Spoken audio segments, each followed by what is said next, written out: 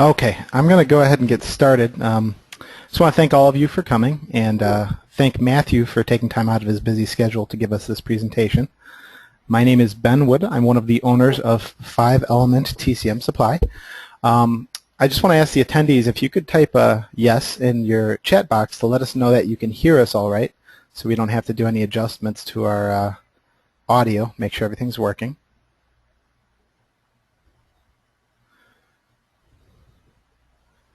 Okay, great. Getting a lot of good responses there. Okay, so before introducing Matthew, I just want to tell you a little bit about 5-Element TCM Supply. 5-Element TCM Supply is owned and operated by acupuncturists. As acupuncturists, we try to be active in the acupuncture community rather than just suppliers to the acupuncture industry. We work with the state acupuncture organizations and TCM schools to further our medicine, and we also ship using environmentally friendly packing materials to minimize our impact on the environment. After the webinar, please take a look at www.5elementtcm.com, which is FIVELEMENT-TCM.com. You can view our products and see if we can help you in any way. Without further ado, I'm going to introduce our speaker. Matthew began his practice in 1986, immediately after obtaining his state acupuncture license. As the sole source of support for his family of 4, Matthew learned how to manage his practice by trial and error. Currently, Matthew sees between 90 and 100 patients per week in his general practice. Matthew is the author of dozens of articles and 2 books. His latest book, Making Acupuncture Pay, has been hailed as a refreshing, candid book that is full of practical, clinical, and business advice regarding what it takes to build a successful acupuncture practice. Matthew, I'm just going to go ahead and let you get started if you're ready. I am ready, Ben. Thank you very much for the introduction and the invitation here, and thank you to all who are attending. I hope we'll supply you with some very useful information.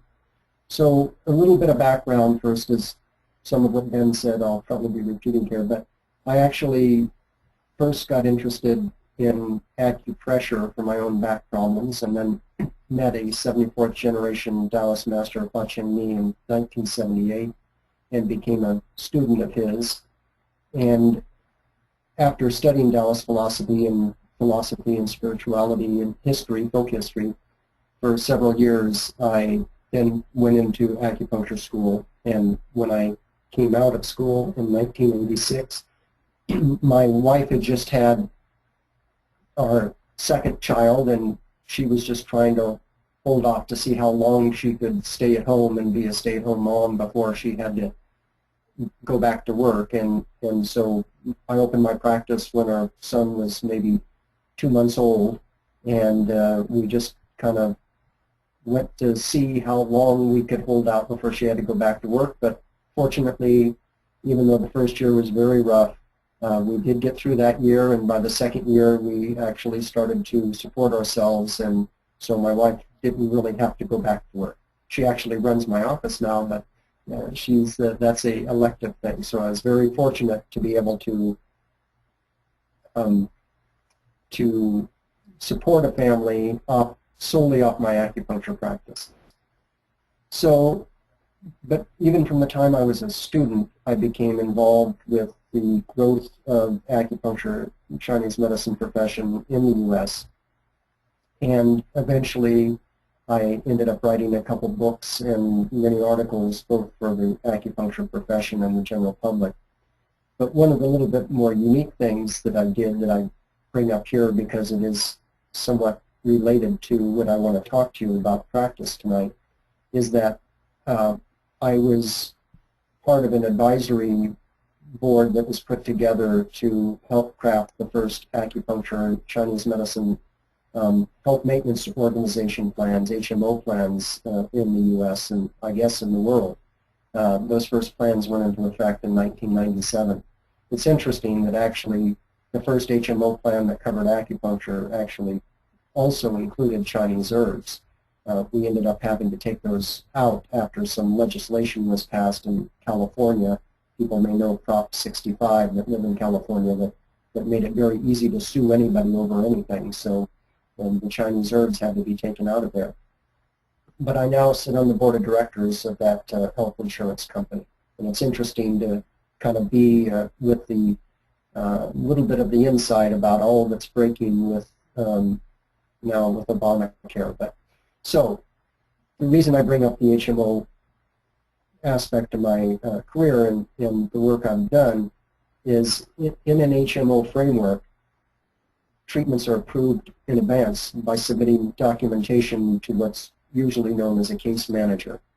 So the advisory group that I worked with, we were asked to develop the case management guidelines and what we were asked to do was come up with guidelines that would allow their case managers to authorize treatments that were not one more than necessary or one less than necessary. And I just remember thinking at the time, it's like, wow, well that's pretty much how I learned how to manage my practice anyway, because when you have a practice with mainly patients paying cash out of pocket, that's like a very strict form of management. Nobody manages their care better than those managing their pocketbooks. So to me, it wasn't that different of a mindset to think, well, how do we try to figure out how to not do one more or one less treatment than necessary, because that's what a tough marketplace economy will tend to make you do anyway. So that's the background I wanted to give you about what's helped me to know about managing and maintaining a practice. But so detail-wise, what we're going to cover in this talk is I'm going to explain the practice model, which I believe gives most acupuncturists the best chance of building and maintaining a successful practice. And there is a difference between having a busy practice at one point and being able to maintain it over time. Also, part of that is understanding the power of exponential growth and how it is so crucial to the success and maintenance of a good practice. And then we'll also cover explaining acupuncture to your patient, how it works. And I like to think that the way I explain and will be teaching tonight is a way that will actually not only help you to be on better terms with your patient, that your patient will understand the process better, but actually explaining it this way will greatly increase referrals from your patients. And then finally, we'll cover how to really squeeze the most benefit out of the fewest number of treatments. And in doing that, you gain an edge over your competition. I'm not really so much somebody that looks at other acupuncturists as competition. I just kind of threw that language in there because I guess that's what practice building people are supposed to do. But really, as I was preparing for this talk, I realized that, okay, the topics we're going to cover is the first two topics about the practice model and exponential growth. That's really kind of business part of the practice. And that's what most practice building people out there teaching are pretty focused on the business end of it. But for me, I do try to cover the business end of it because, of course, that's important. But really, to me, there are kind of three aspects here. One is the business end. The other is the clinical end, and that's what we'll get to towards the end of the presentation about how to squeeze more progress out of fewer treatments. But then there's also something in the middle between the clinical and the business.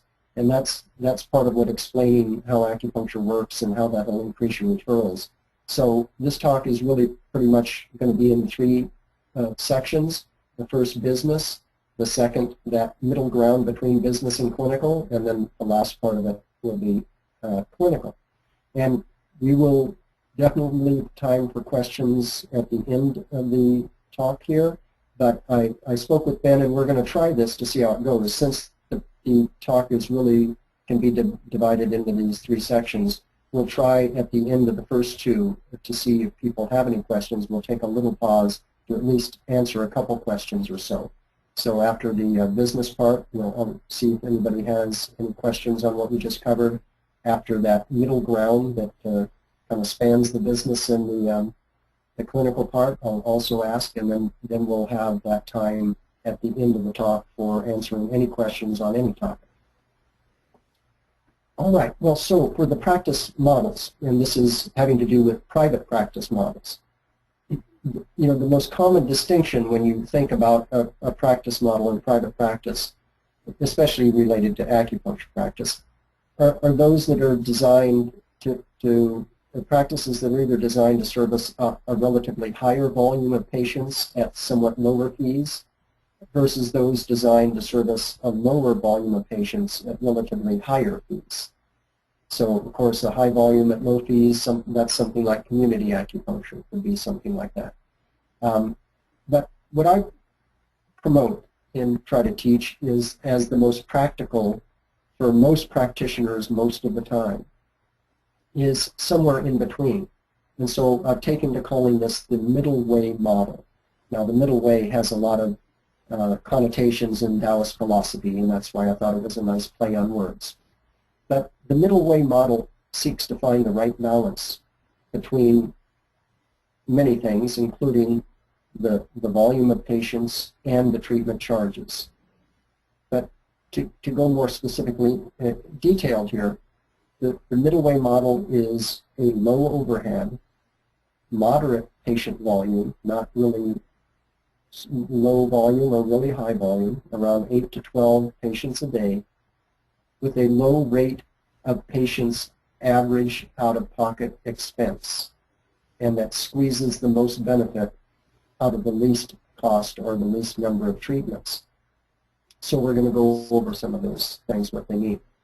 But the middle way model also seeks to find the middle ground between many different practical concerns, such as over-treating and under-treating a patient, spending too much time or too little time with each patient. And, you know, that's pretty much the Taoist way, looking for that middle ground. So in order, though, to have the best chance of building a successful practice, you really never should stop looking to find that right balance and asking yourself whether you're underdoing something or overdoing something, virtually every aspect of your work. This is really balancing yin and yang. So, by low overhead, of course I mean you are trying to find the balance between being too cheap and having too low of an overhead, and then between that and spending too much. You know, a great example of that is in your practice location itself.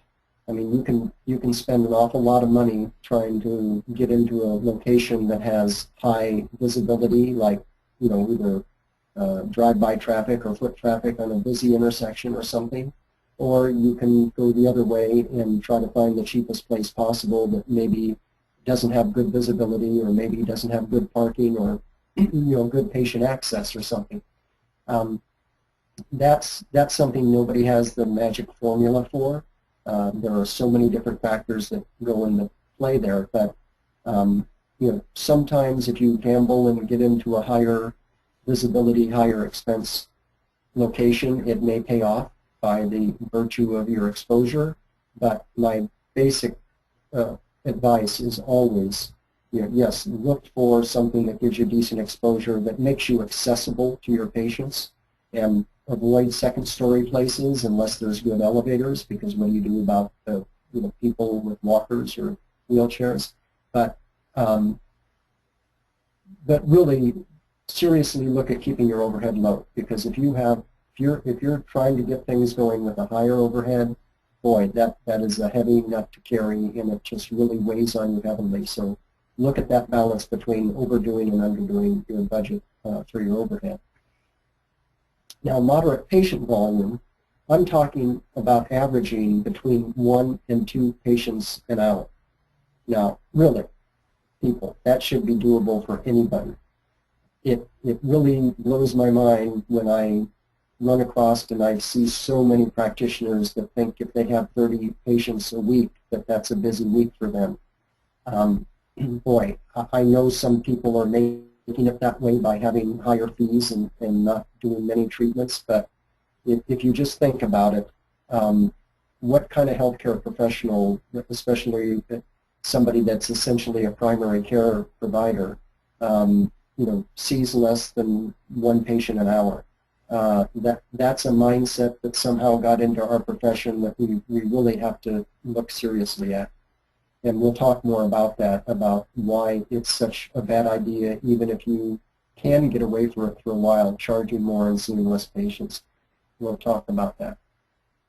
But the other part then again is about squeezing the most benefit pardon me, out of the least cost or the least number of treatments.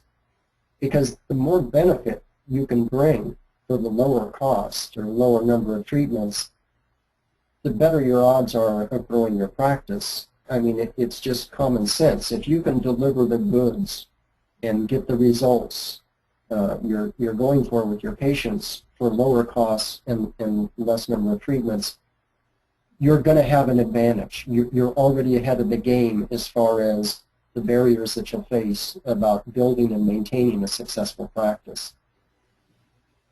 So, as part of the business part, let's talk a bit about budgeting. And for some people, some of you, this is no-brainer stuff. You understand budgeting, but it's surprising to me how many people in this field really don't understand even just the basics of budgeting. I know I didn't when I started, because there was nobody teaching anything on like this when I started nearly 30 years ago.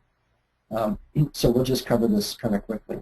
But you must have some sort of budget built around your target patient load with an income goal. Having a target of treating 8 to 10 patients a day is a reasonable middle way goal. You should have a goal about how many treatments patients and treatments you want per day, per week. If you work 5 days a week, 50 weeks a year, at just 8 patients a day, that's just 1 an hour, that equals 2,000 treatments a year. And at $50 averaging $50 a treatment, that's 100,000 gross per year. And it's my contention that grossing 100 to 120,000 a year really should be attainable for the vast majority of people that come out of our schools and open their practices within 3 years. And I believe that's really so much of what I wrote Acupuncture, Making Acupuncture Pay for, is saying, look, if you follow the advice in here, you really should be able to get there within a few years. But if you adjust those numbers I just gave based on how many days or hours you look to work each year, and set your yearly income goal by taking the overhead expenses into consideration. You always have to subtract those overhead expenses as far as your income goes. If you gross 100,000 a year, but your overhead is 70,000, you're not in good shape. So an overhead of 25 to 30% is a kind of low overhead, but that is something that really you should think about as you start off as a good target. If you're doing better, then you can start to up your overhead. So you set a yearly income goal by thinking about those overhead expenses, but then you divide that figure of your yearly income goal by your target number of treatments per year, and that gets you an idea of how much you need to average per treatment. And I really encourage people to be open to charging less than a lot of practitioners do in our field, charging less and trying to treat a higher number of patients, because this really has many advantages. Whatever your income targets are, you should establish that target understanding the relationship between the number of treatments and your average treatment charges minus your overhead. So that's the basic budget. Never forget that. But to stress here, what I just mentioned earlier, the reason treating more patients for less average treatment charge is better than fewer patients for a higher charge really has to do with exponential growth. And exponential growth means it's like compounding interest. You start off maybe modestly, but then it compounds. And it is, to me, a really long business plan that a lot of people have getting into our field, And I remember giving a talk at an acupuncture school even before Making Acupuncture Pay was published, but talking about this, and a student there saying, yes, but if I charge $80 a treatment, then I only have to treat half as number of people as if I charge $40 a treatment. And I just thought, well, boy, that's such a bad way of thinking about it, because yes, in theory that's true just by strictly numbers. But let's look at this in a real-world context, and that is that every patient you treat, and especially every patient you help, and you should be going for high patient satisfaction, which we'll talk about in a second, but every patient you treat not only becomes a potential patient to refer more patients to you later, they're also a potential patient to come back to you themselves later. So this is what growing a practice and getting it up to a stable patient base is all about. If you start off with the idea of, hey, won't it be better to treat fewer people for less money or for higher fees, that shows people are afraid of getting the numbers of treatments up. They're worried more about that than they are about the fees they charge. I highly suggest that you look the other way around and worry about the fees you charge, and how higher fees really presents an obstacle for what kind of patients and the number of patients that can even begin to use your services. If you set that payment bar higher, that excludes some people. And that means you have a kind of bottleneck into your practice. Whereas if you look at it like, hey, the real thing I need to worry about here is making my services accessible, and then figure out how to treat more patients in the same amount of time, that's a better thing to be worrying about getting good at, rather than how can I get away with charging higher fees. So having that target of treating the higher number of patients encourages the exponential growth, because every patient can become a repeat patient and also give patient referrals. The key to achieving exponential growth is attaining a high rate of patient satisfaction, and really, even another way of looking at it is a very low rate of patient dissatisfaction. And then surviving those first 2 or 3 years. Because if you get a higher number of patients in your door those first 2 or 3 years, and you have a high satisfaction, low dissatisfaction rate, those are the patients, those are the seeds that are going to start to reseed and multiply the referrals as you go on through those next years. If you follow the strategy of treating fewer patients at higher fees, you limit exponential growth in the crucial 3rd through 6 years. And although we don't have enough good statistics, the few statistics we have out there have shown that most practices fail in about 5 or 6 years, acupuncture practices. And I know a lot of people say, I'm really tired of hearing this. A lot of people say, well, but a lot of businesses go out of business in the first 5 years. Well, excuse me, most businesses are dry cleaners and donut shops and places like that. They're not businesses of people that have gotten a master's degree to become a licensed healthcare provider. Most people that go through that kind of training, they're not out of business in 5 or 6 years. That's where acupuncturists are leading the pack, and that's something we have to address. And that's what I'm trying to do. So your first generations of patients in those first few years are the key to achieving exponential growth and the long-range health of your practice. This is why making sure you achieve a high rate of patient satisfaction is so important. And nothing will harm a budding practice faster or more than unhappy first-generation patients, because people may think you're great and they may tell other people about you, and yes, that may bring in some referrals, but anybody hears anything negative about you, you can believe none of those people or anybody they tell about you are going to come in, probably ever. Okay, well that is that first section. So Ken, I don't know if you have any questions, anybody typed in there, or if anybody does have any, we can take just a moment to pause. Yeah, if anybody has any questions, feel free to type them in. There's a lot of people have joined, and it looks like people are kind of hanging on every word. So go ahead and type your questions now if you guys have any. Yeah, otherwise we'll go into the next section here. Like I said, we are going to take any question at the end, but I just thought if somebody has something, you know, section by section, we can. Well, a ton of people have joined, and almost nobody is signed out. So it seems like they're just paying attention. Here's one. All right. We'll go ahead on to the next section, and you can always ask about the business part of this the next little break we take here. Yeah, so. we do have one question. How do you generate patient volume? James asked.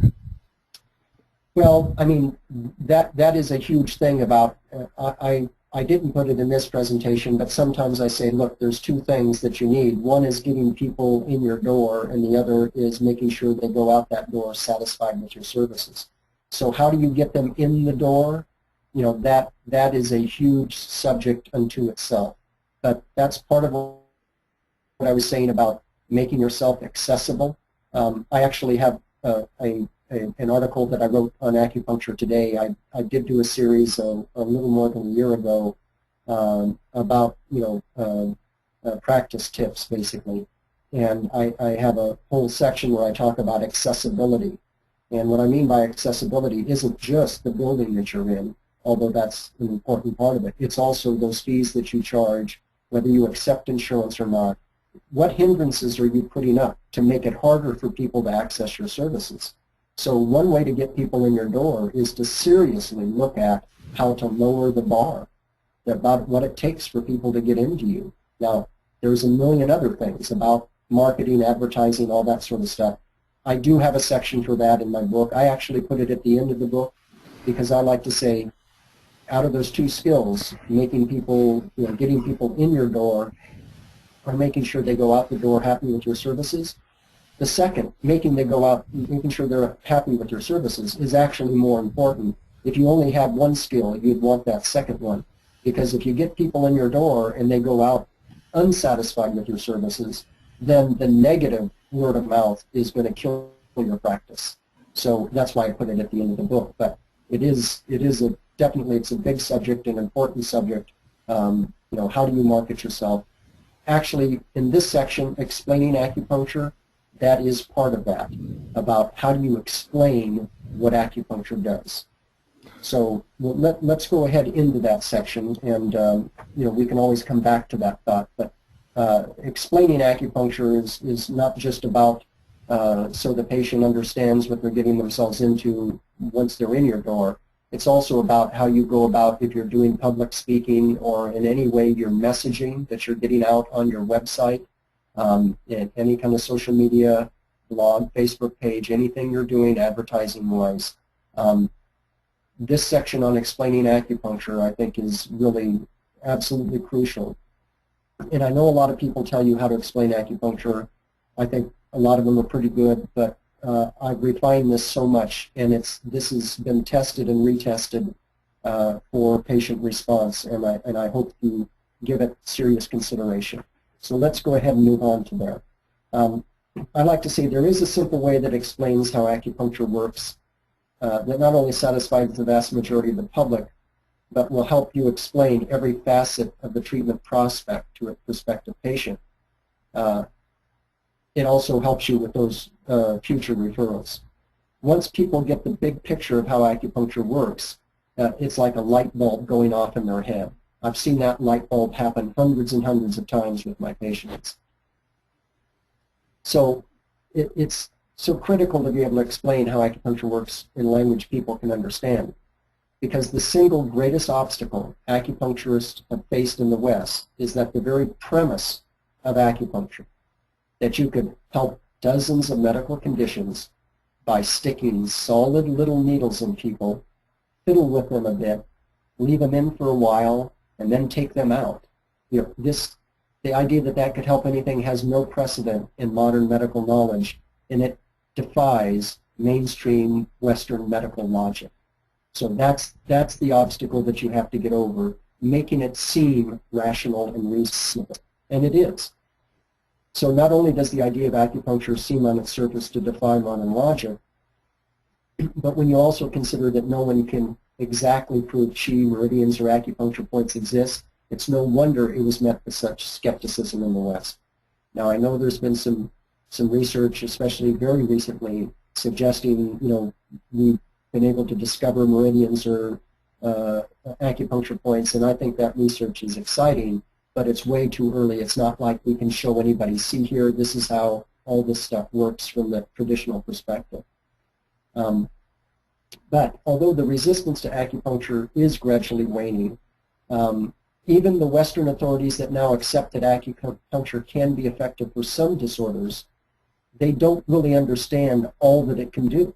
They will be hesitant to recommend it. They might recommend it for one thing, but not the 100 other things we can treat, because they just don't get how acupuncture works, and that's what we have to do a better job of explaining. Acupuncturists, they come close because acupuncturists often tell their patients that acupuncture works by helping the body to heal itself. But few appreciate just how remarkable this simple fact is and why it must be stressed above all else when explaining acupuncture. If you contrast it to Western medicine's strength is in its ability to intervene with man-made resources that take over for the body and repair problems, or most of the time blunt their symptoms, from the outside in, like a mechanic repairing a machine. And because we equate medical care with a mechanic-like intervention, acupuncture seems to make no sense. If acupuncture worked in a mechanical way, if we claimed that it worked in a mechanical way, it would make no sense. It would be crazy. How could sticking needles in people do anything? Well, it doesn't do anything directly, and that's what we're going to cover. The idea that you could have a medical system whose sole goal is to stimulate the body's own intrinsic resources, healing from the inside out, has never been seriously considered in modern medicine, so Western culture has no familiarity with such a concept. But I'll tell you, like I said, I studied Taoist philosophy and history, and from the time I was about 21 years old, and from a great teacher that I think gives us the best insights to the prehistoric and very early Chinese people that there is in the world today. But it took me years. It took me years to kind of get over the culture shock about where this stuff was coming from, and the medicine was part of that. The biggest obstacle we face in gaining credibility for acupuncture is educating our patients and the public that acupuncture does not work by mechanical means. That's all they're used to. That's why they look at it so bizarrely. They think it just seems like if it works at all, it must be placebo, because how could sticking needles in people do anything? Most people in the West, both the public and medical authorities, think of medicine or any type of medical intervention only in terms of outside mechanical interventions. So we as acupuncturists, we need to be clear when we're speaking about acupuncture that we were dealing with a very different type of medical intervention. So the many times when I'm explaining a treatment process to a patient, a confused look may come over their face, and they may ask me, is there medicine in the needles? And I don't know if any of you have heard that. I mean, I have had that asked to me dozens and dozens, probably hundreds of times by now. Is there medicine in the needles? It's like, are you putting medicine in my body with the needle? And I love it when people say that, because it gives me the perfect opportunity to say, no, the medicine is in your body. The needles help your body to make its own medicine. And right then, in a flash, I see that light bulb go off in their head. They now understand it. It seems like a strange idea to them, like something they've never heard from any other doctor before. But now they've had their biggest misunderstanding made clear. And then this allows us, the patient and myself, to be on the same page as we go along every step of the treatment process. If you keep in mind that what we're doing when we poke these needles in people is we're trying to spark their resources and squeeze more good out of what nature gave us all, that explains everything about the acupuncture treatment process, what it can do, what it can't do, why sometimes it happens quickly and other times it takes a long time, a gradual progressing. It just explains everything. So what I recommend is when you go to explain acupuncture, you should explain that we seldom get 100% of our potential, our self-healing potential, out of just because it happens naturally, it doesn't mean we always get 100% out of it. And acupuncture helps us squeeze more out of those self-healing abilities. I'm very, very conservative when I talk with my patients about numbers. So I like to say a good course of acupuncture treatments done by a well-trained acupuncturist should consistently boost the self-healing efforts by at least 10 to 20%. Maybe more than that, but again, I'm not saying it's going to help a problem by 10 or 20%. I'm saying sometimes I say it's like the troop surge. We're going to give a surge to your resources, at least a 10 or 20% surge. So the best candidates for acupuncture are those in whom a 10 or 20% surge or boost will allow their body to get the upper hand on their problem. And when you do this all the time, day after day, year after year, you really can see that often when we're treating our patients, you can see their self-healing resources trying to get traction, trying to get the upper hand on the problem. There's often this back and forth that happens. And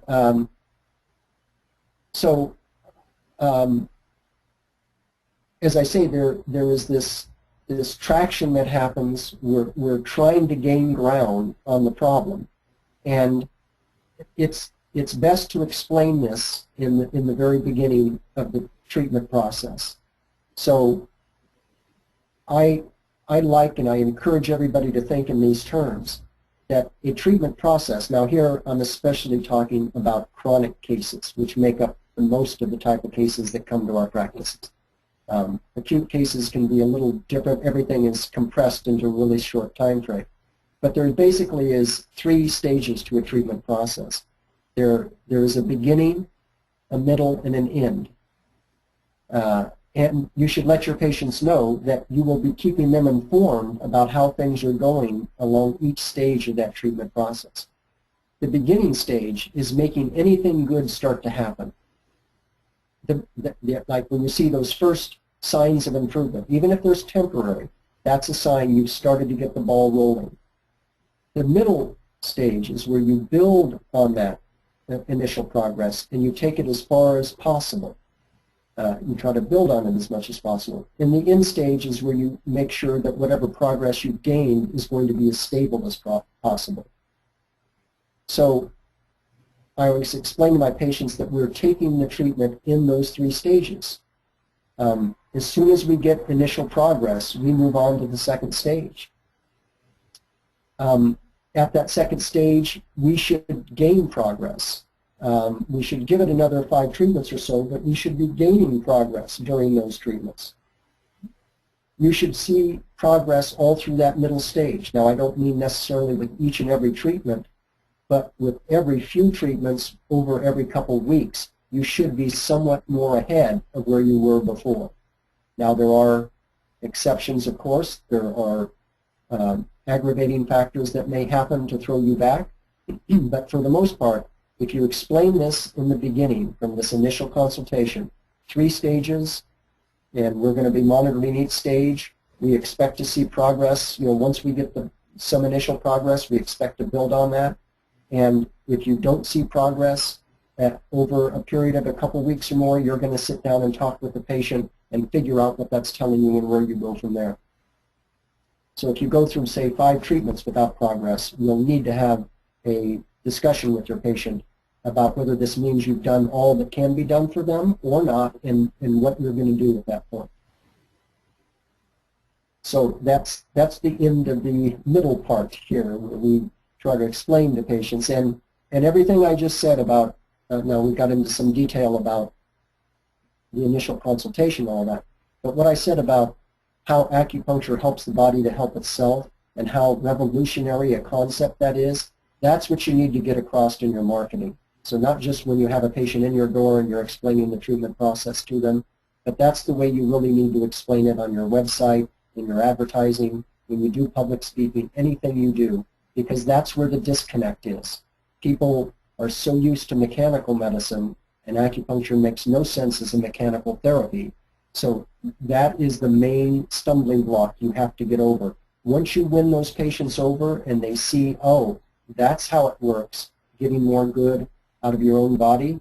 And one thing I forgot to put on the slides that I'll tell you because it's something that really sinks it in for people. When I'm doing that consultation and I tell them your body doesn't normally always get 100% out of its potential about how it can heal itself, then I say, just like we don't automatically get 100% out of our brain's potential or our muscles' potential, you don't get 100% out of your self-healing, self-management potential. When I frame it this way and say about the brain and the muscle, people always nod. They get it because everybody knows they're not getting 100% out of their brains or something like their muscles. So that's a great way to frame it. That just makes it make sense to people. So any questions at this stage? Yeah, Matthew, we've got a few. Okay. The first one is, how often do you recommend patients come in initially?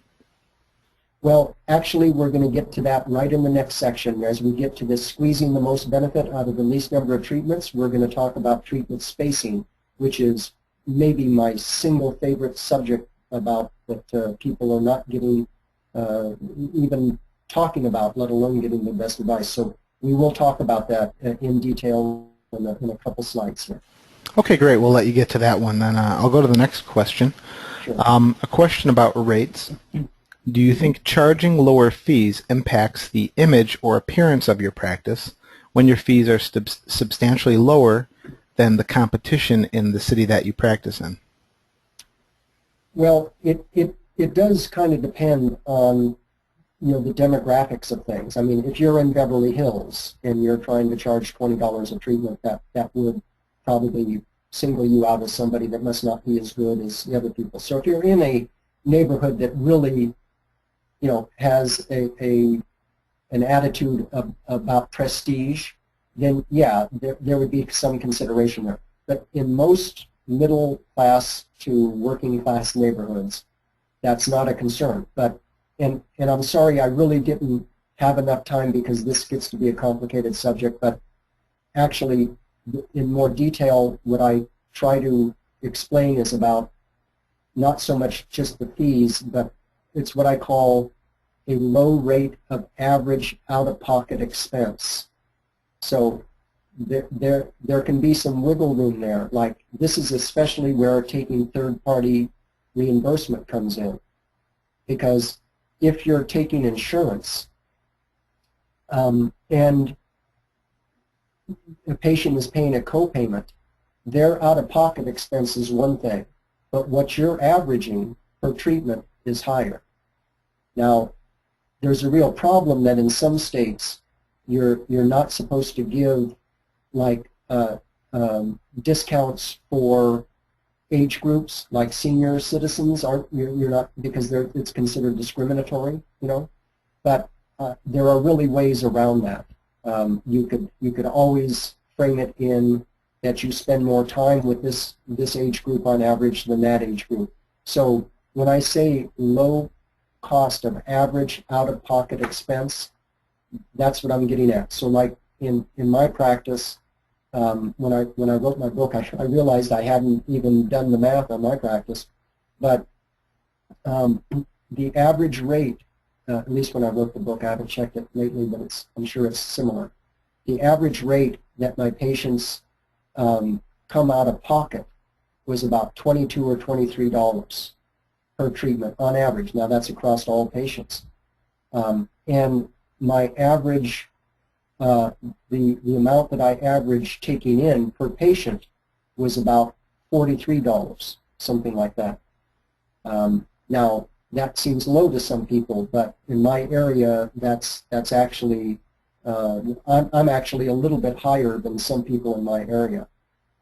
So that's what I mean by when we talk about how much you charge per treatment, what your stated treatment charge is versus what people end up paying out of pocket. There are nuances there. And I do cover that in my book. It is something that's maybe too complex to go into here, but no, I actually think if you deliver, if your office is clean and up to professional standards and you are delivering real quality service to your patients, if you're coming in lower than others, that's all people are going to care about is what is the experience, what is that satisfaction level. And just like going to a restaurant or something, if you find a restaurant that prepares beautiful food and it's great and the service is great and everything about it is great, but it's lower than what you'd normally expect to pay for that food and those services, nobody has a problem with that. So it's one thing if you're talking about, I know a lot of people, kind of level that charge at community acupuncture, but, what I say about community acupuncture is not really a practice model. It is a social movement. The people involved with community acupuncture, which I actually support and I'm close to these people, they're actually doing it as a social thing, not a smart business model. That's one of the reasons I wanted to share my model. Actually, Lisa Rollager, the woman who really founded community acupuncture with her partner, Skip, she actually encouraged me to get out there and share with people what I do, because what they're doing is such a very specific thing, really for a social reason, more so than just, hey, here's a good model for you to follow when you get out of school. So I really zeroed in on what I call the middle way model because, I think this is a model that people can actually earn a living with. There's a lot of nuts and bolts to it, but it doesn't necessarily commit you to this social commitment. Now, I think that social commitment is great, and I love being around community acupuncturists. They're so enthusiastic, and they have such great chi about them. But that's not for everybody. And so, when I talk about generating $100,000 to $120,000 in the first 3 years with maybe 25 to 30% overhead, there you're talking about $60,000 to $70,000 gross income, for a single person in 3 years out of school. That's not bad. So, as long as you deliver those services in a professional and personalized way, people are not going to look down their nose. The only people that are going to be upset with you are the other acupuncturists trying to get away with charging more. And maybe they are getting away with it, and I shouldn't have said it that way, because I don't mean to disparage people. I know people that charge $500 a treatment, and if they get away with it, that's great for them, and I'm not knocking them at all. I'm just saying that's not the model for a rapidly growing profession that has 60-some colleges spewing out a bunch of new licensees every year. We've got to find that middle way ground for them, because otherwise they're going to be floundering around in models that only work for a small percentage of people, but not for everybody. Great, Matthew. I think let's take one or two more, and then we can, save the rest of the questions for the end. And again, to the attendees, please continue typing in your questions because we will get to them. So one of the questions I have here is: do you advise established practitioners to lower their fees to meet this model for better growth? I have had several practitioners do that, and yes, I mean you have to weigh different things, but what I always tell people is, yes, and some people worry about this idea that it might make it look like they're looking desperate or something, but it's all in the way that you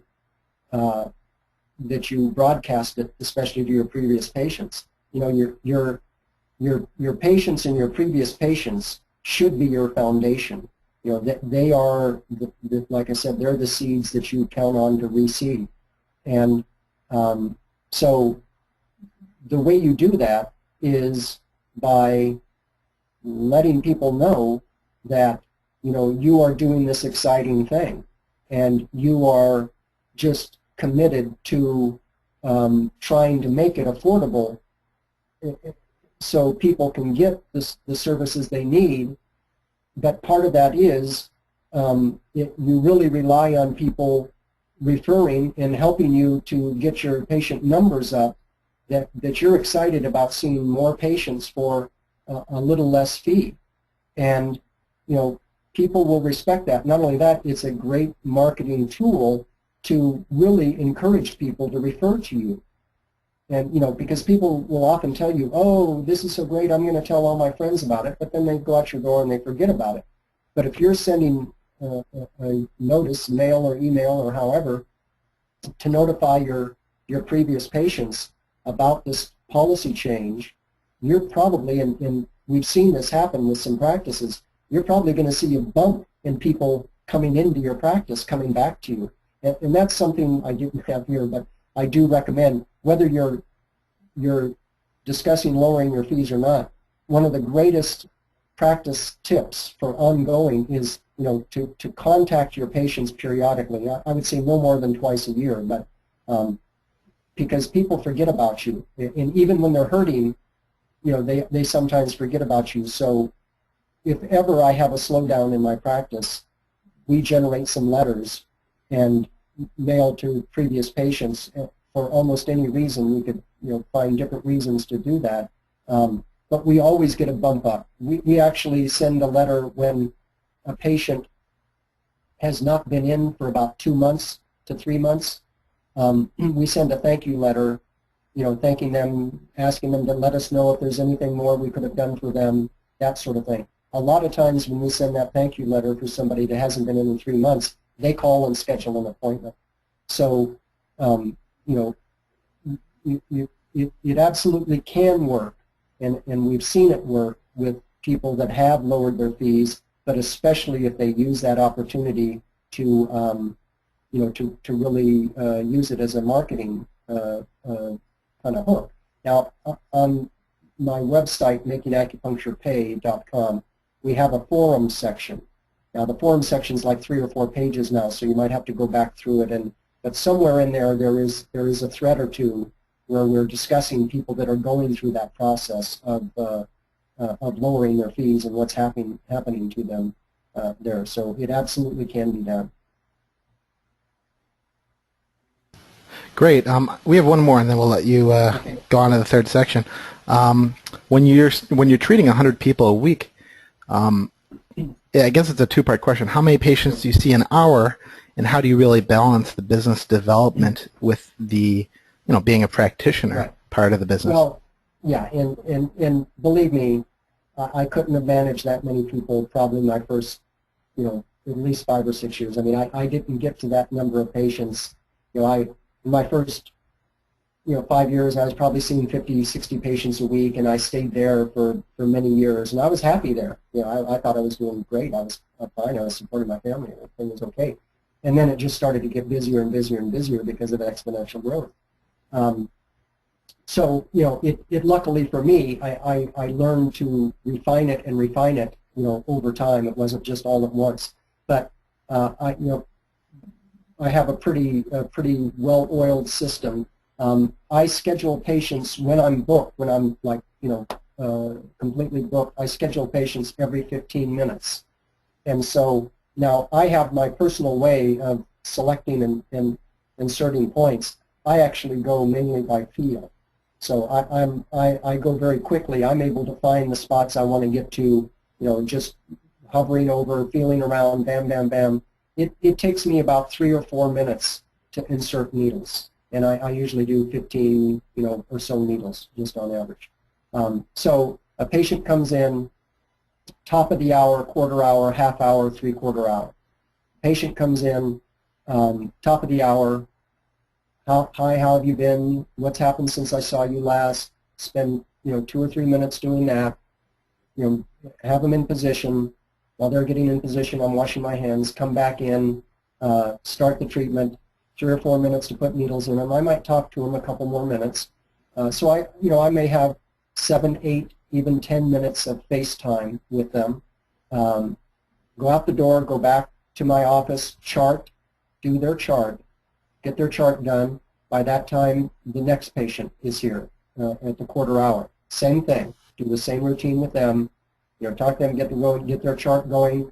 By that time, the half-hour patient is here. Now, this is a little bit tricky because I leave the needles in for about 25 minutes. So the first patient at the top of the hour, their needles are about ready to come out when the patient on the half-hour gets there with their needles ready to get in. So I have to make a decision about, am I going to pull the needles from the first patient and then put the needles in the third one, or am I going to put the needles in the third one and pull them on the first one? And it just depends on the situation. Some patients I know would rather stay with needles in them a little longer.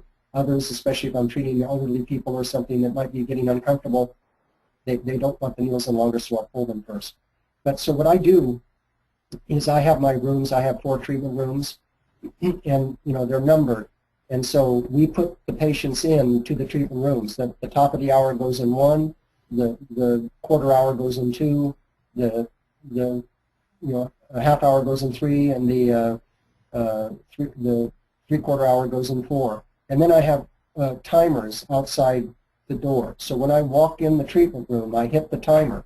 So I know, just when I entered there, and I know that it took me 3 or 4 minutes, maybe 5 minutes to put the needles in. So then as I'm going up and down the halls, I glance at the clocks and say, okay, this one's at 25 minutes. I'm going to give it another 5 minutes, usually finishing the chart. Then I'm going to go back in and pull those needles. So I have clocks in front of all the doors to remind me. The thing that's always the holdup is new patients. So what we do is we carve out two times in our schedule, 5 days a week, a morning time and an afternoon time for a new patient, because we give a new patient an extra, I guess it's 45 minutes or half hour. So if we give 45 minutes for a new patient. So if a patient comes in at 9:30, I give a half hour for the consultation. I hope to treat them at the top of the hour. Now they become a top of the hour patient, and my next patient will be around a quarter hour. But those new patients can throw a log jam into keeping things moving like this, because you never know. Sometimes they come late, or they take a long time with the paperwork, or they have a million questions. So if I wasn't seeing new patients just to treat 4 people an hour, that to me now, if I'm only seeing 2 or 3 people an hour, I'm like almost, it seems like I'm slow. So you can do it. It's all about time management, about, like I said, not spending too much or too little time with people. You just usually don't need, so I'm spending at least 15 and sometimes 20 minutes of contact time with each patient. And now I can go longer with some people, because some other ones I can go a little less on. So, you can do it. I mean, I sometimes think, I wish I could have spent a couple more minutes with that patient, but 3 patients an hour is a cakewalk. 2 patients an hour is a snooze fest, as far as I'm concerned. But I'm not saying that for everybody. I'm saying once you really get your whole system well oiled, you just narrow everything down to be time efficient. Right? Did you have one more for me there? No, that was the third. And okay. Yeah, thanks for going into such detail. I think we can save the rest for the end. There's a few more. Right. Okay. Well, yeah, because we got one more section, and this is one of my very biggest pet things here, and that is squeezing the most benefit out of the least number of treatments or with the least cost. And I like to refer to this as how to spark and ride momentum by taking more steps forward and less backward. So, and this gets to the frequency.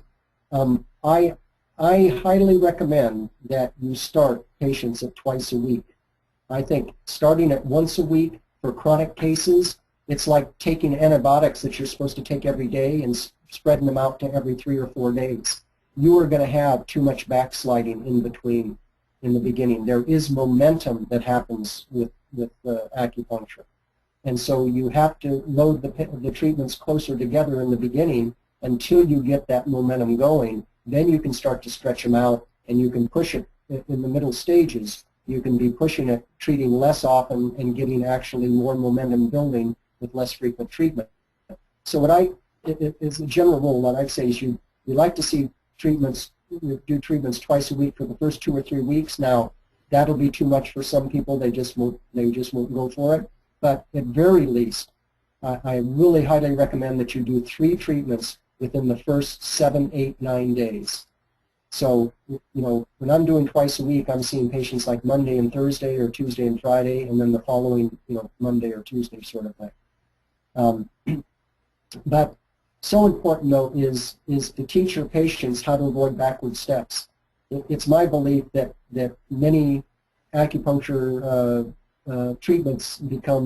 processes become less effective because patients actually are sabotaging their own progress, usually unknowingly.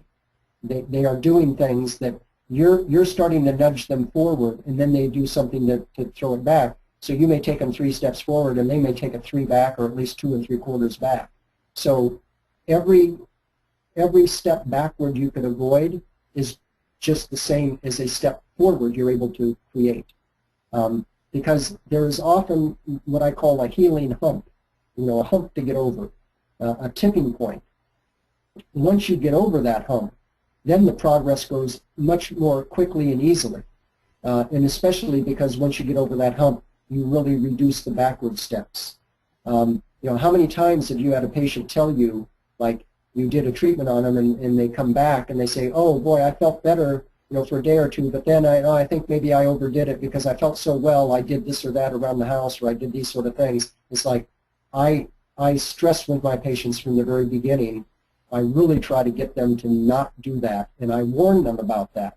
And I tell them, look, if you do that, you are going to make yourself need that many more treatments in the end. Just think about it like a cut. If you rip off that scab, we're going to have to start the whole process over again. So working with your patients to avoid backsliding is just like learning how to be better at acupuncture to take more steps forward. So the goal is to get them over that hump with the least number of treatments, and spacing treatments of twice a week to get the thing started, and then educating your patients about how to avoid backward steps. That will help you get over that hump faster. Now, once you're over that hump, you can reduce, or at least near to getting over that hump, you can reduce to once a week as you strive to reach what we call in insurance terms maximum therapeutic benefit. Once you reach, and that means you've gotten all the progress you can out of the patient. Now, sometimes that means they're 100% better, no more symptoms whatsoever. Other times, you may not be able to get 100% away, no matter how many treatments you do. And that's something you need to learn. It's like, well, if you treated 5 times and you took it 80% down, and now you treated 5 more times and you haven't taken it down any further, that probably means that 80% is all you can take it down, and don't keep wasting the person's time and money trying to make something happen that's not happening. But once you reach that maximum therapeutic benefit, you reduce to once a week. And then, once you reach maximum therapeutic benefit, you can reduce even to like every 2 weeks, even 3 weeks sometimes, to see that the progress is holding, meaning that there's no backsliding. And then you can release from care. There should be an end to the treatment process. So once you, if you reduced every 2 weeks and there is backsliding, it means you really hadn't reached maximum therapeutic benefit. You should drop back to doing like once a week, or sometimes even twice a week if it's really bad, and basically repeat the above. You start them off at twice a week to get the ball rolling. You drop down to once a week to see how far you can take them. When it looks like you've reached maximum therapeutic benefit, you've tried different things and you've done several treatments and they're not getting any better, then you can stretch out to like 2 or 3 weeks and see, are they holding? If they're holding, then you should be able to release them, and they should be able to hold that progress for quite a long time, if not forever. And sometimes they will continue to get better once you release them. You don't have to treat them until it's 100% gone. Sometimes you only go till they're 75, 80% done and stop the treatment, and over the next couple months it clears up the rest of the way. But if they do backslide, it means they weren't really stable yet, so you have to drop back and do a few more, like once a week, until you reach stability again, and just keep trying that. But I do recommend you don't keep treating your patients until the patient decides to stop coming to you.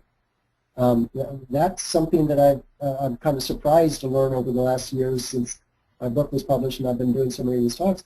A lot of people, they don't want to cut a patient loose. They're afraid to lose the money. It's like, no, tell them, because you don't want to get the reputation if somebody comes to you for a sprained ankle and you tell them, you know, once that's better, you need to keep coming to me for the rest of your life. Now, you can discuss maintenance care, which of course acupuncture is more preventative than anything, and it's great for maintenance care. But what I'm saying is, as you are kind of establishing yourself in people's mind, making that first impression about who you are and what happens when they go to this practitioner, you don't want to be seen as somebody that everybody that goes into you, you're going to try to convince them to keep coming to you for the rest of their lives. So monitor their progress in those 3 stages, and don't keep treating them if you are not making progress unless they want to keep seeing you for maintenance care. Once your patient understands, and this is the big part about the explaining acupuncture and how it's going to help you get so many more referrals. Once you frame everything about this is a treatment about stimulating your resources and helping your body to better heal itself, once they understand that, you can tell them that a good course of treatment should always be able to boost the body's efforts to heal itself. What remains to be seen, now I'm sorry, this is, I moved this slide, sorry about that. This is part of like that initial process of what you explained to them. What remains to be seen is how much good that boost will do, but you're going to find that out by doing this initial series of treatments. 5 or 6 usually should be enough for most problems, but for really serious problems, you should tell the patient to be ready. They might have to give it 8 or 10 treatments before they see any progress. Now that's for serious, really chronic conditions, intractable conditions, but you set that up from the beginning, and you tell them you're going to keep monitoring, you're not going to keep treating if you're not making progress. This approach helps you manage the uncertainty over the treatment outcome. That's something that people are nervous about. They don't know what's going to happen to them, but what you're telling them is, look, we're going to take it in stages. We're not going to keep treating you if we're not getting anywhere past that certain initial number that is reasonable to expect that it may take to get the ball rolling. And that, if you do a good job of explaining it that way, people feel much more comfortable about it. So when you stress that acupuncture helps the body to get more out of its resources, and you not only help your patients understand why it's difficult to exactly predict the treatment outcome, but you start to educate them about the many types of problems acupuncture can effectively treat.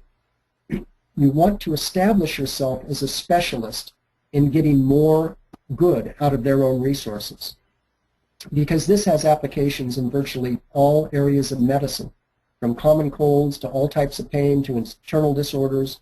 You name it. I mean, you go down the list of specialties from allergists to, internists to pain management to, everything down the list. If you earn someone's reputation as a specialist that helps to squeeze more good out of their own body, and I mean, who wouldn't want that? I mean, almost any disorder somebody has, they might think, hey, I wonder if I could get a troop surge of a boost of 20% more of my own good resources trying to fight this problem. Wouldn't that be a good thing to do? And not only for them, but for any family member or friend. If you really explain it and earn their trust as somebody that's a specialist in squeezing more out, good out of their own body, and that you deal in a very pragmatic way, you explain it to them in the beginning, you take it in stages, nobody signs up for the rest of their life, and if it's really not working, you're going to tell them and cut them loose and try to give them a referral to somebody that may be able to help them more. Hey, that's a tremendous service to have available to you. And if you earn the patient's trust as a specialist that can do that, they will start to then think of you as a first choice rather than a last resort. Because that's what's happening with acupuncturists is so many people come into us kind of as a last resort. And that's, even if you're successful with them, they may leave kind of thinking that's what you're good for. If they have another problem where nothing else is working, they'll come to you.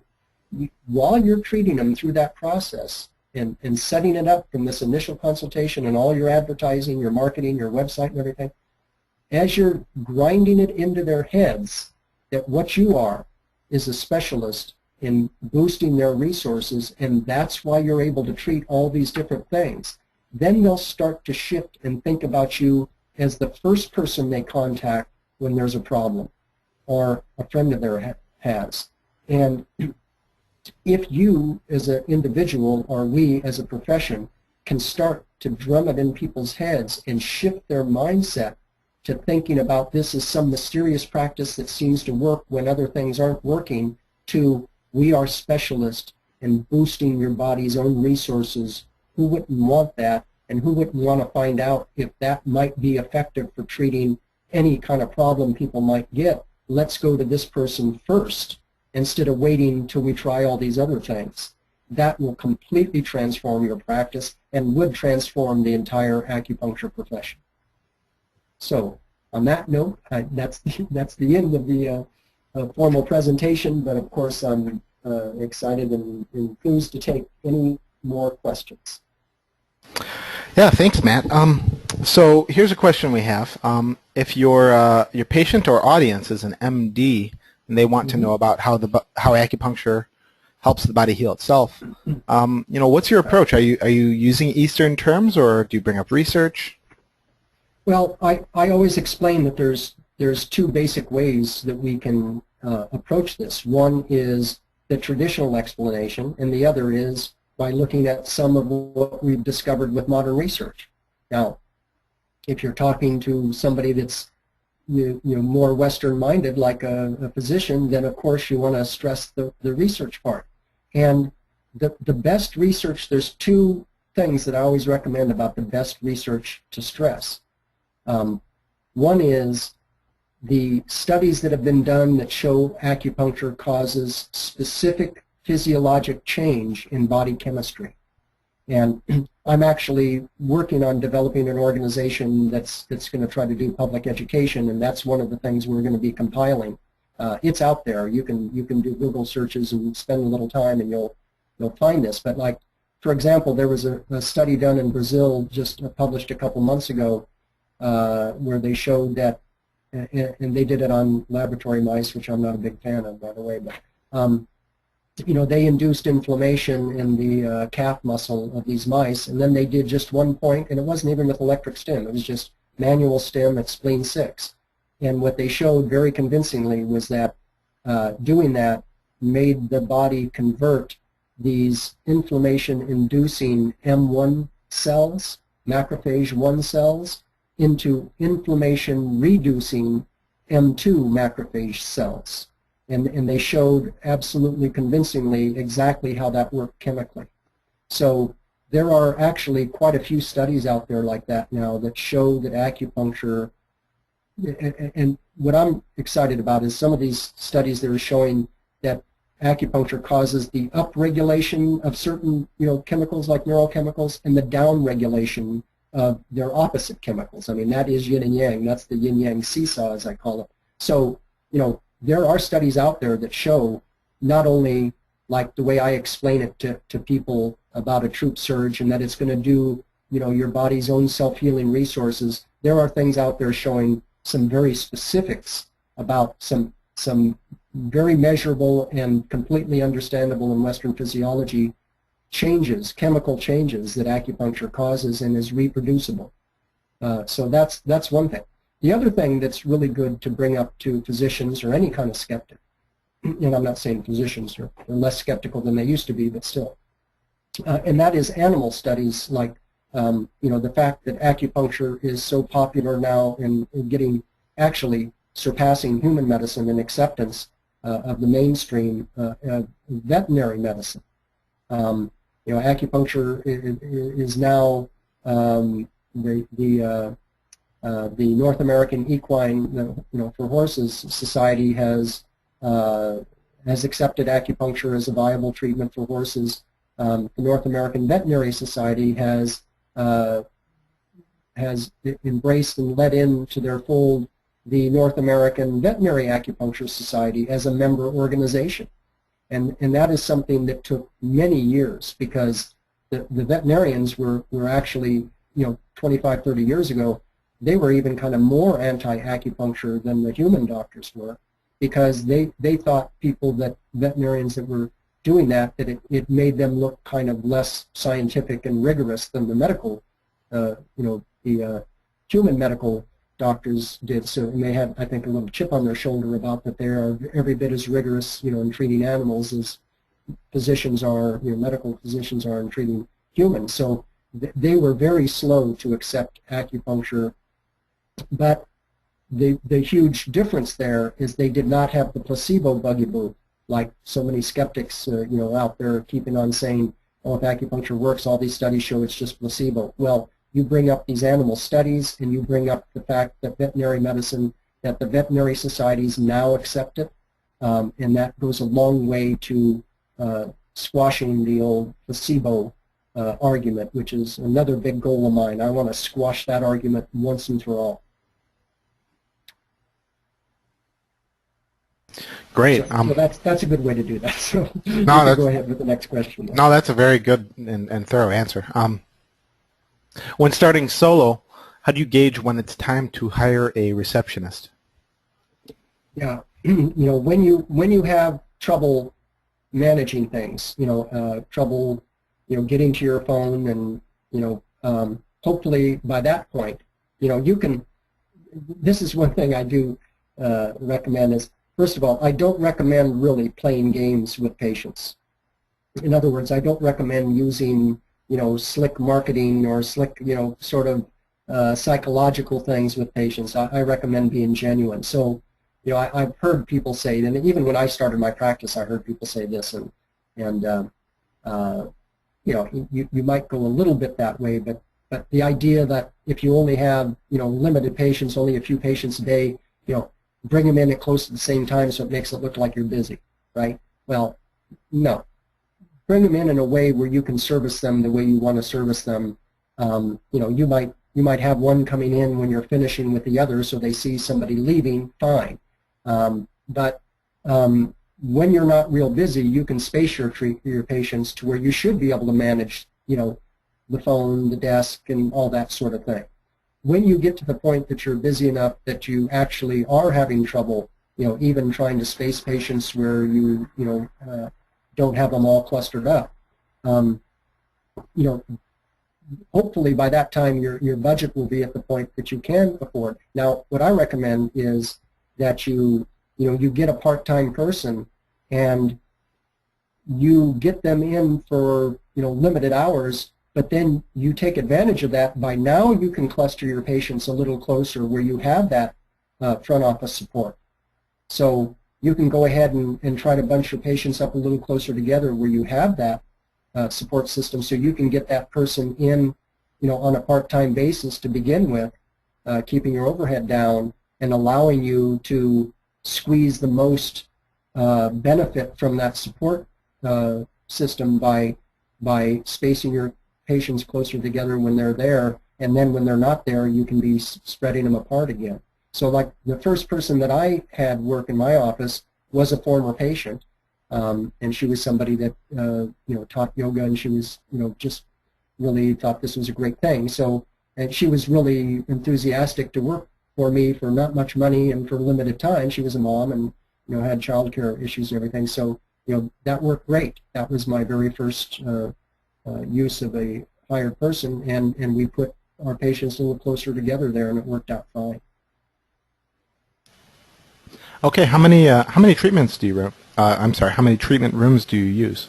I use 4 treatment rooms, and as I said, I do the 4 treatment rooms every 15 minutes when I'm booked up. Okay. Pricing recommendations for an initial consultation, and does it take longer?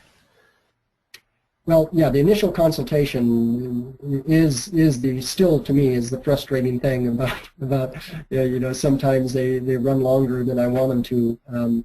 You can't avoid it, but I actually strongly encourage people to not charge for the initial consultation, because that initial consultation is where you are going to, you know, establish yourself. I always say the initial consultation is not just the time where you get the information you need to evaluate your patient. It's when your patient is evaluating you. So I say don't charge for the initial consultation. Now, I'm not talking about a full examination. What I'm saying is, and again, this is just an hour, a little over an hour now, which I'm happy to do, but you know, I can't cover absolutely everything here, but in my book, I actually go over a system that I have for what I call estimating the odds of success, where you ask the right kinds of questions about the pattern of the patient's symptoms, and based on that, you should be able to give them a very realistic ballpark estimate about how many treatments it should take, and what to expect from treatment, what the odds are that the treatment's going to be effective for them. So you don't need to do physical exam, tongue pulses. You could do that just by getting their history and asking the right questions. So that's what I mean about a free consultation. Now, you can charge more, like when we do our consultations, even as busy as we are, and this does kind of throw a monkey wrench in sometimes, but you know, we tell people there's no obligation. We will give you a half-hour time. You come in here, you know, and this is usually the staff telling, you know, Dr. Bauer, the acupuncturist will you know, take your history, will ask you a bunch of questions, and then we'll let you know whether he thinks he can help you or not, and how many treatments it will probably take. And then you're under no obligation to begin treatment at that time. If you want to begin treatment at the time, we will set enough time aside for you that you can start then. If you decide you want to think about it or you don't want to begin treatment, there's no obligation whatsoever. So because people don't understand acupuncture, it's different than other services like healthcare services where they know how the whole thing is supposed to work, at least, you know, in the general sense. So I don't believe we should charge people money to explain to them what it is we do. So that's what I mean by not charging for the initial consultation. You know, learn how to do a good ballpark evaluation about what the odds are that the treatment will be successful, so you can honestly tell that patient. You can easily do that in a half hour, and then if they stay for treatment, you can go ahead and charge them extra for the initial exam on the first treatment. But that consultation, you know, of course, we don't call it a free consultation; we call it a complimentary consultation. But I'm sure that's been very helpful for us over the years. Now, I don't have to do that now. I'm so busy. I could, you know, set the bar higher. But I just believe you shouldn't charge people until our patients really understand what this is all about. We shouldn't charge them to explain it to them. Great. We're going to take one or two more, and yeah, I mean we're doing well on time, but you know, there's so much to cover, and I think that the book really covers a lot of it as well. Let's see. When speaking of that, and I didn't go to the last slide. Yeah. Yeah, we'll keep that up, and then I'm going to address it also. Okay. All right. So yeah, I just want to give you one or two. There's a couple very good questions here. One of them is charting. It can be a big time consumer. Do you manually chart? Do you enter your charts after the treatment, or do you use electronic charting? Well, I have a really funky, but it works for now. You know, eventually I know we're going to have to go to electronic, but actually what I do is I have a Word document open with the day's date on it, and I have a printer that you know, that I can feed a single sheet into. So I actually do the chart notes on the Word document, and then I print it off, And so I have a paper file, but I'm doing it on the keyboard and then printing it off, and then I erase that, and then that's for the next one. So as far as the the timing of it goes, is that's why I said I have patients scheduled every 15 minutes, and I'm going to spend 7, 8 to 10 minutes getting the patient in, getting the needles in, and then walking out the door. That gives me 5 minutes approximately to sit down and chart. And I do try to get into the habit of charting. I don't like to let more than 2 charts pile up, because I might forget something in that time. So I try to be disciplined about, when I leave that room, go and fill out that patient's chart, get that printed off, and then go start the next patient. So 5 minutes to chart really should be enough, especially for, maybe not all the notes for the initial patient, but what I do with an initial patient, I'm actually writing by hand. I don't like the idea of talking to somebody and be clicking away at a keyboard. I know that's done, but I write by hand on a clipboard on the back of the patient's intake form. And I'll share a little secret with you now. I know it's not a secret, this is a public thing, but I do on the back of the intake form, I write in, and then the very first chart note that I do for a new patient, I started off with C back of intake. So that's saying there is more information about the initial information on the back of that intake form. Now, if I forget something, or I later realize I should have put something in, like if I've seen a patient a few times, that can allow me to go back and put something in the back of that that intake form. If something that I should have caught from the beginning, that's not technically the way you're supposed to do it. I'm giving you my secrets here. But yeah, I find, I'm pretty quick at it now, so it usually only takes me about 3 or 4 minutes at the most to chart for a patient. And that charting, of course, is an assessment of where they were from, what happened to them since the last time we were here.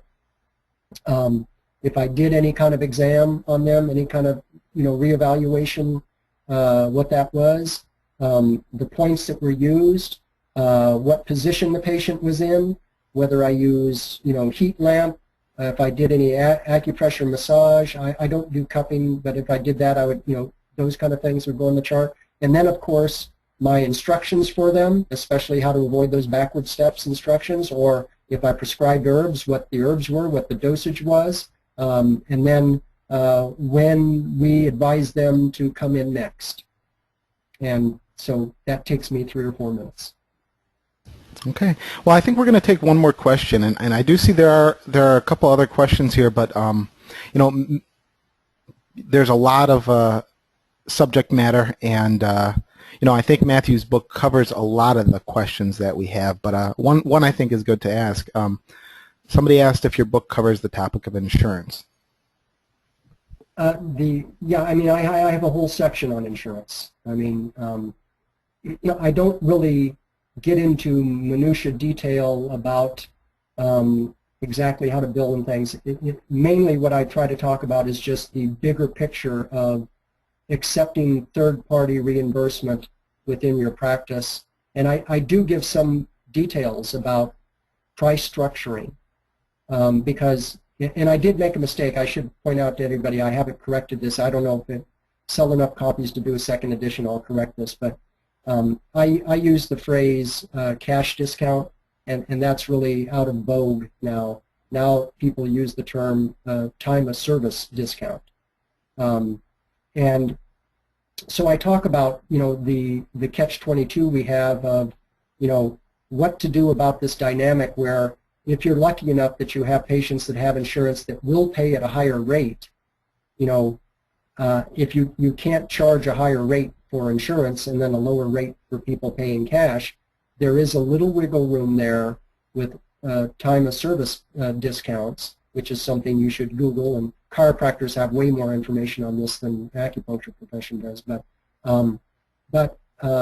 I do go into some detail about how you can work with that in a legal way, my moral is, since, I mean, you may be in some market, you may be some employer that has insurance that you have a lot of patients that have that great insurance, then yeah, okay, go ahead and set your rates to capture what you can there with that insurance. But basically my moral is, don't outprice people who don't have the insurance just to get a little bit of some insurance that pays at a higher rate. Yeah, it's really tough to leave money on the table and not charge as much as you could have for some insurance plans, but you really need to look at the big picture. And since you can have a two-tiered system where you charge way higher rates for insurance than cash, bite the bullet and make your prices what the main market will bear. Yes, it's frustrating to not get what you could have out of some insurance companies, but you have to look at the big picture. And one thing I will say, though, about the hassle of insurance, it's one of my pet peeves. I think it's the vast majority of people that talk about what a hassle insurance is never learned how to do it right. And it's just like everything else I've been talking about. You can get the information you need from patients without spending a lot of time. You can chart without spending a lot of time, adequately, completely up to snuff charting. You can learn how to do insurance billing without it being a huge drain of your time. Most of the people that talk about how terrible it is never actually learned how to do it. We have, through one very specific insurer that allows, over electronic billing and everything. But my wife, who does our insurance billing and has done for some years now, she can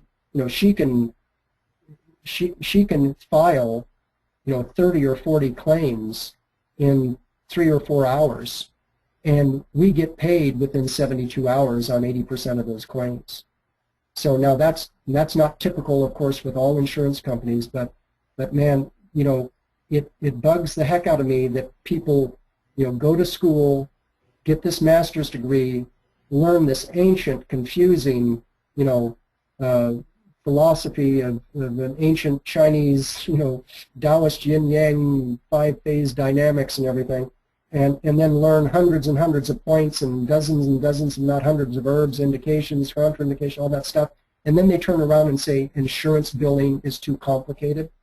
Give me a break. It is a hassle, but if you get the right kind of training in it and approach it in the right way, it's just one of 100 hassles that you'll have to deal with in your practice. And that's where I think the people's attitudes really are the problem, not so much the actual process itself. All right. Well, yeah. Let's. I mean, that really covers things. I think you've really covered a lot of topics. I just want to thank you for presenting. I want to thank everybody for coming. It's been a very good and informative presentation. But there's so much to cover, but only so much time. I think that Matthew's book does a great job of expanding on these subjects and more. Matthew's book, Making Acupuncture Pay, is available at www.5elementtcm.com, spelled out FIVELEMENTTCM.com. The cover price is $22.50, but it is available at a special price of $15 for a limited time.